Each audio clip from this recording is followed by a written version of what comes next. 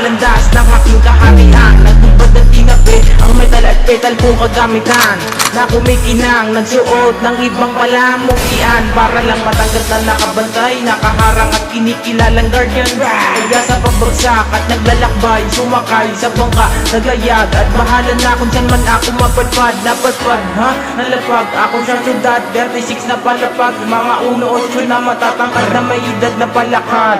Madami ng larawan na pinalipad, mga nagbabagang halimbawa nilaglag sa mga area at buong lokalidad, para tumahimik ang mga nakatago at gintong kong alagad. Pugad ng sinaunang lika ng mga god.